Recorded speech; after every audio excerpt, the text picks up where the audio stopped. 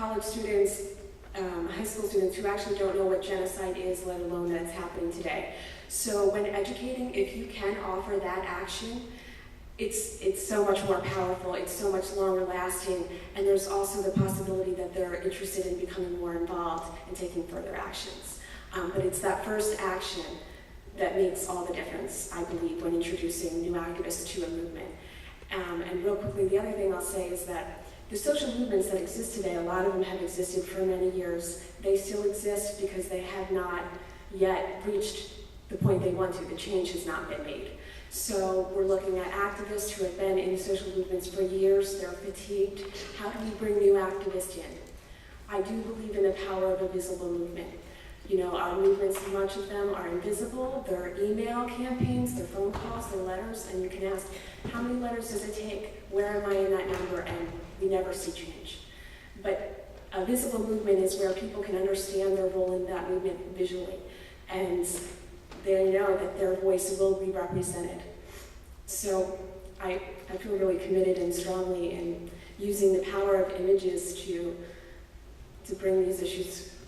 Well, Naomi, there's a lot to come back to in a minute and actually give a perfect segue, but I just want to ask one more question before we go to Paul, and that is going back to what Irv raised. Do you see as an artist, you're an artist, your work as a means to this social justice issues you're dealing with, or does your art stand by itself? I mean, where do you fall in that discussion? Oh, it's definitely a means, because I consider the artwork, for instance, of 1 Million Bones as many layers. There's the actual installation on the mall. We're also trying to raise millions of dollars, so each bone is sponsored for $5, and I consider that tangible change on individual lives is part of the work. It's also the collaboration, the mosaic of voices and actions that are brought together through the work, and it's also the experience that each participant goes through as part of it. And so it's definitely it's the means. I just want to say, I'm going to tell you why you're saying next to the right person here as we go to the next slide, is, and this was not part of it, I as my wife Judy over there knows, and very spontaneous, and again, this is what we like to see as a result of our programs. I hope you're going to come up to all these people later on and talk to them. I sponsor 10 Bones, and I hope lots of other people join me here in sponsoring 10 Bones later too, because, and why you're saying next to the right guy, we go to the next slide, I think Paul's a guy who probably can offer a lot of guidance how you go from 13,000 bones to 1 million bones, right? But Paul, we want to start with, and I must say this is an image that just haunts me and grabs me, and Paul, this person knows a lot about Szyk and has also devoted his life to civil rights, human rights. Paul, do you want to start off with telling what we're seeing here and go on from there? I'm extraordinarily pleased to be here this afternoon. This is part of an Arthur Szyk revival, and I'm especially delighted to be a very small part of that. I had the opportunity in my classes at UCLA to bring Arthur Szyk into the classroom and to do a little writing about him. One of the things that concerns me profoundly is precisely images like this. This is an example of a Jewish artist being profoundly concerned with lynching, which has been something that has despoiled our national history. Between the time of Reconstruction in the 1950s, and I think many of you know the horrific case of Emmett Till in Mississippi, there were about 5,000 lynchings, and a wide variety of Jewish American artists used their considerable talent to draw attention to this horrific reality. Arthur Szyk was foremost among them. Like many Jewish artists, he understood that racism anywhere is racism everywhere. And he joined an extraordinary tradition of other Jewish artists who used their talent to call attention to the rampant racism in the United States, of which this is only the most egregious example, the lynching. He used his art to call deeper attention to the multifaceted aspects of Jim Crow in the United States. But lynching, there's a long tradition of Jewish American art dealing with American racism. You have, I will later put that in the perspective that allows Arthur Szyk to be put into an extraordinary art historical tradition. So, Paul, you have so much to say here, and I want to get this in. What is it about Szyk's Jewish identity? And I just noticed this piece is 1948, right? Are my eyes right? Yeah, 49. 49, so a year later. And Getting the 9s and 8s. let me just throw in here. This was not just created by Szyk and then put into a drawer. This was published in the Sunday Compass, which is a magazine that was prominent in New York at the time. So all of this work was produced for reproduction in newspapers and magazines, and this one was published. So this came out.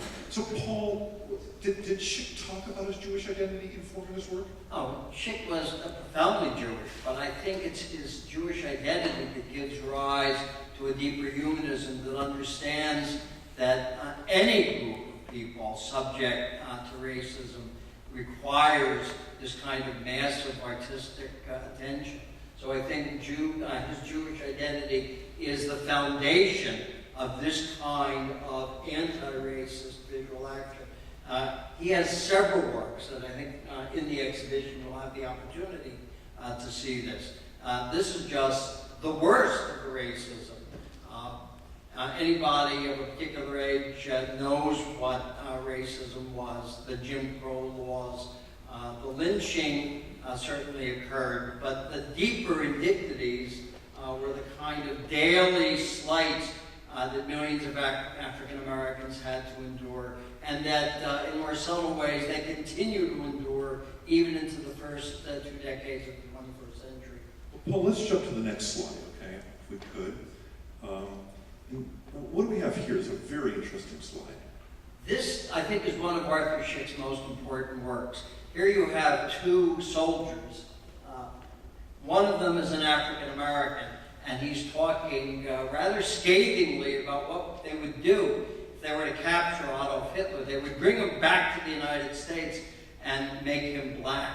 And I think this is reflective of something that went on during the Second World War. Some of you may know that Winston Churchill really popularized the V symbol for victory. But in African American communities throughout the United States, there was a double V, and that symbol was victory over international fascism and victory over domestic racism. And there's an irony that a country that was sending its African American soldiers and sailors to fight and die abroad would come back and encounter the most egregious examples of racial discrimination in the United States. And this, though it occurs during the Second World War, seems to me to have striking contemporary implications. You can move from the Second World War and say, what would happen if we were to capture Hosni Mubarak, bring him back to the United States and make him gay and put him in Wyoming? Or make him somebody who needs a transplant and put him in Arizona where they've cut that out because of the reactionary policies in that state. It has a human significance that is far more universal, it seems to me, than just this particular image alone. So it's striking. That's what makes Arthur Szyk such an extremely powerful, universal human rights visual artist. Paul, has anybody ever said you can get a little bit more passionate? You might want to work on that. I'm doing my very best. No, we appreciate it. We understand. And Paul, just to go back with you, is a few years back, many people here were around, 1964, maybe there's some people who were there with you, over in Sproul Hall. I understand you were in Sproul Hall. Can you tell us a little bit about that? Now, I come from an activist background. I've had the good fortune of being a university teacher for 43 years, and I've taught these issues. But from my perspective, speaking about this doesn't make a lot of sense unless you're also willing to implement it. I come out of the civil rights movement, SNCC in Georgia, Alabama, and Louisiana, and it's the same thing that Szyk did. It's a means, speaking and writing are a means to an end. You have to take these images and you have to move it to the streets. Szyk did this because he wanted to motivate people to move out into the arena of public affairs and do something about the racism. So while I've been extraordinarily fortunate to be a university teacher, Much of my life has been where I believe it belongs, on the streets. From Berkeley in 1964 during the free speech movement, to fighting these insane wars in Iraq and Afghanistan, on every front of the struggle for human rights and justice that I can imagine.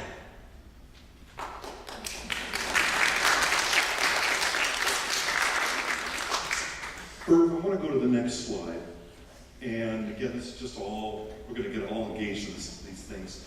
Irv, tell us about this one. I mean, it's just a master. It's not here, is it now? No. Yeah, this can be seen in the gallery upstairs. Yeah. This is visual history of the United States, painted by Arthur Szyk in 1945. He was an immigrant here for only 5 years, and he's painting what he sees at that time as the sort of the fabric of America. And so you're seeing the Industrial Revolution symbolized in the bottom left and then right, the steamship, the locomotive, the boat, the cities, New York on the middle left, and Golden Gate, you'll see the soldiers and sailors. But what is here, I think, for the purpose of our discussion, is that here you can see in 1945 he's painted the Native American right here where I'm pointing, and he's painted the African American here, as if to say, in 1945, these two minorities also belong as part of the fabric of America. I don't know, Paul, you might know, if there were many artists in 1945 who have dared say that as important to America and give them equal space as the white man who might be fighting, so too do you have equal space for the Indian and the black man in America. Almost non-existent, with the exception of a few African-American artists, people like Ben Sham, Bill Brocker, and a few others. But it really took the civil rights revolution of the early to mid-60s to catalyze a much broader range of artistic vision. Szyk is really very much of a forerunner in that regard. Yeah, and while the purpose of this was to be made as a cover for a stamp album, if you collected United States of America's stamps, these would be reduced in size. And the original art, is smaller than this, smaller than a piece of this, so it's about this size. But it was to be reproduced and as a cover for stamp album. But Szyk never lost the opportunity to give us the layers of meaning and to get a message across. I mean, he could have put anyone he wanted in those medallions there. It's valuable space to him.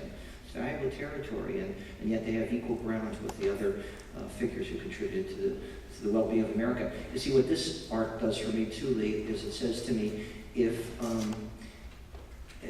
you had to paint a picture of America today, what would you include in it? What would be your portrait? Do you agree? Do you disagree with Szyk? And I think that's how you begin to engage yourself in art, by asking yourself those questions. And I think Szyk wanted us to answer those questions.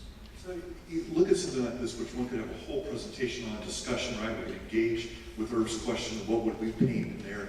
Well, why is it, and correct me if I'm wrong, obviously, with anything I say here, is that until recent time, except for exceptional people like Paul, who was talking about Szyk in his classes at UCLA, why is Szyk not in the mainstream, even in the Jewish community? Many Jews know the Szyk Haggadah, but could not tell you about Szyk. But why? What happens to this work? Why is it we don't know more about it? So it's a whole, I try to make this really quick here. But this artist was not part of any school of art. There's no school of Szyk.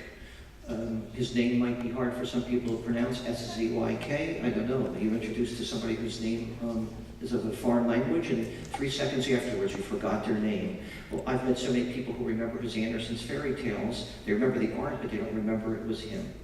So, he was very, after he died in 1951, I don't know if the world was so interested in the art world. How many people were interested in seeing images of World War II? How many people were interested in medieval manuscript illumination in the 1950s in America or worldwide? And the other thing about Szyk is, and the family, of course, had dismissed dealers working with his art. Szyk himself, because they thought they would promote it, family members died. You had no dealers, not part of any school of art, couldn't pronounce his name. But the other thing about Szyk is that while he loved various groups, he was always willing to stand up against them. He loved America, he hated its racism, as we've seen. He loved the British and their fight against the Nazis, but he did not like the British with regard to their attitude towards Jews going into Palestine, with restricting them. He loved the Polish government in exile because he loved them. He served under General Sikorsky. He served under generals. He loved them, but he turned against them in 1943 when he thought that they were anti-Roosevelt, anti-Churchill, and anti-Jewish. And he was always willing to take a stand at a particular moment in time, and therefore, even the Jewish community in America, he never felt that the Jews in the United States had done enough to rescue European Jewry. He felt that there were too many Jews who were interested ultimately in the creation of the Jewish state, but were willing to put their emphasis into that rather than the Jews who were dying during the war. And so he wrote things. He wrote in Chicago, articles were published by him, and he would stand up to them and take the Jewish community on while he loved the Jewish people. So it wasn't a matter of being accepted by anyone. It was always standing up with what he thought was just and right according to his own conscience. And so therefore, you had really no groups that were so much embracing him even after he died. And no family members, I shouldn't say family members, but no deal. And from a practical point of view, as an artist, promoting his art was for sale. You had no one promoting that either. And then all the art was sold off in 4 quick sales, and this is far afield from our dialogue here, but in 4 quick sales at Park Renee, and no art was available. But you didn't have this message. But people continued to recognize his art, but they didn't know his name, like it's the Haggadah. One last statement, I've been in so many people's homes where I've said to them, do you know Arthur Szyk's Passover Haggadah in Jewish homes? And they said, no, I'm not sure, and then I'll just reach behind them and pull off the shelf the Szyk Haggadah, and I'll pull it and put it in front of them. They said, oh, I didn't know that was the artist Arthur Szyk. I knew his art. It's like Andersen's fairy tales. So many people tell me, Lee, those images haunted me. The stories haunted them, but the images haunted them. And I didn't know that was him, and it was. So I don't know. I think the world has always been ready for Arthur Szyk throughout history. Look, I mean, there were people who wrote about him in his lifetime that said that just as people turn to the images of Goya and Hogarth for images of their age, so too will people ultimately turn to the images of Arthur Szyk 200 years from now for the images of his age. So I think people recognized him, but I think artists like him are needed, of course, in every age. And look, evil is going to be around from now to the end of time, so you're always going to need people like Szyk and people like Naomi too. So we're all part of the same. Well, I sense the 3 of you have a certain proclivity, as do I, but I want to just maybe try to sharpen it a bit. I was thinking back when we were just speaking to, I interviewed the author Ann Patchett last summer, and we were talking about her book Run, and Ann is a wonderful human being. Basically, in my interview with her, she wrote a story. And so all the inferences we take from her work and all that, and you've probably met many authors and artists like that, is that it's whatever you take from it. My understanding, Naomi, that's sort of a mainstream of how artists feel, is that if I'm a painter and you interpret it to be this, I interpret it to be that. Can you talk a little bit about that, an artist you know now, Naomi, people you're doing work with, people you see? Are you unique in seeing it as a means to another end, or are there many artists who view it in a very different way? Well, I believe it's different for every single artist. One thing that I've become very interested in, and when learning about Arthur Szyk and his work and his process, from the beginning he made the commitment that his art was going to be a means and not the aim or the end. And even the art world wasn't considering cartoon or propaganda fine art at the time, but it was his commitment that pushed on and said, but this is the work I'm going to create. I find it interesting in the art world, trying to navigate, and even in the social justice world, bring an artistic component to it, because it's not necessarily picked up by the art world. It's not picked up by the social justice world. And if we are going to explore the potential that art has to build social movements and to increase them, or increase their capacity, then they have to come on board with understanding their value. Like, what is the value of a creative component to a social justice movement? And so one thing that I'm always trying to explore are artists who are still pressing on, despite the fact that they may never get recognized by the art world, but that's their commitment. Paul, where do you fall in this discussion? I work with artists, contemporary artists, for whom like Arthur Szyk, you must combine a social and a moral vision with your technical capacity to produce art. So today, I work with muralists in Los Angeles. We have a particularly vibrant group of community muralists, and they're out there on the streets, and they use public spaces to offer their own observations about things like xenophobia, things about the particular problems that people of color face. So my view is that this tradition, they all have their own unique styles. Very few artists can replicate the remarkable technical precision, the detail of an Arthur Szyk, but that larger tradition lives on. And you're still going to find young people. Some of them are not represented in galleries. Most aren't, but most of them care far more about the character of their expression than trying to make themselves commercially viable. So that's a tradition that Szyk represents. If I might just offer one additional observation about why he's not as well known. He died in 1951, and in the post-war era, this was the dawn of abstract expressionism. That was an American visual phenomenon. So anybody doing any kind of figurative art was kind of out of fashion anyway. That was the era of Jackson Pollock and all. So people who were doing this kind of stuff, especially people doing social and political commentary, were pushed off to the sideline. And one additional thing, Szyk was identified as a political radical.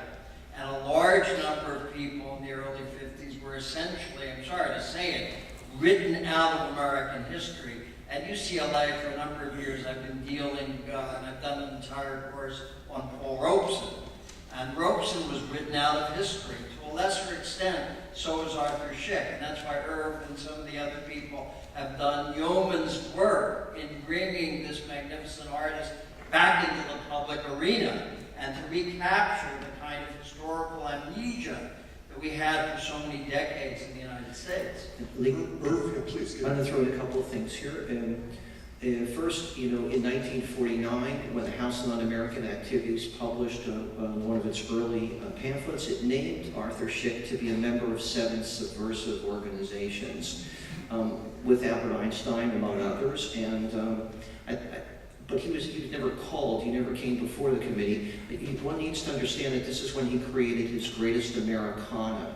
That's when he illuminated the Declaration of Independence, the Bill of Rights, the 4 freedoms. His Declaration of Independence hangs at the Library of Congress. I mean, and why was that? Well, he had people who were involved in Hollywood and social issues who were constantly coming through his home and his apartment. They were always around, and guilt by association, or whatever one wants to call it. He did lose commissions. If you talk to his daughter, there were numerous commissions he lost at the end of his life, and then he got a heart attack and died at age 57. That's responding to a little bit about Paul. There's something else I wanted to say, and that had to do about artists and activists, and each person becoming an activist as a result of being inspired by artists. And should artists be activists? I'm not sure I'm asking a bunch of questions. I haven't thought about the answers, except I know what my answer is, but I didn't think about the questions, so it's sort of backwards here.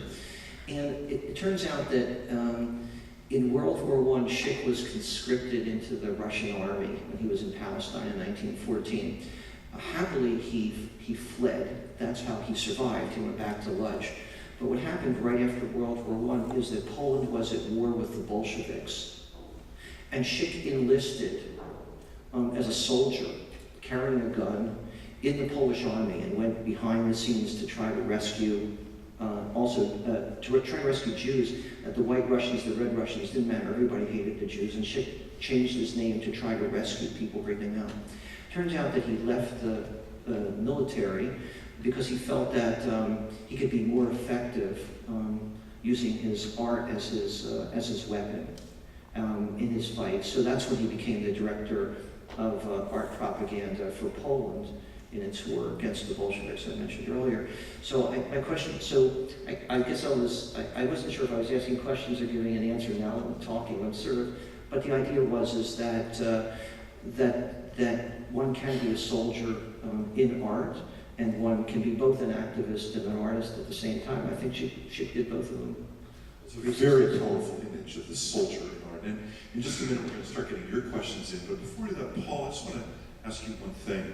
You mentioned to me at lunch, and again, that life is all about learning, is that there's been a whole history of African-American artists who have written about Jewish issues. Can you talk a little bit about this kind of thing? Yeah, 2 years ago, I had a marvelous opportunity to give a presentation at the University of Wisconsin at Madison, and I titled my presentation, "Look at the Artists. They really like each other." And I dealt with the Jewish artists. There are a lot of them, Arthur Szyk being one of them. People like Ben Shahn and Bill Cropper and Jack Levine, all of whom are now gone. And I should probably mention in tribute that just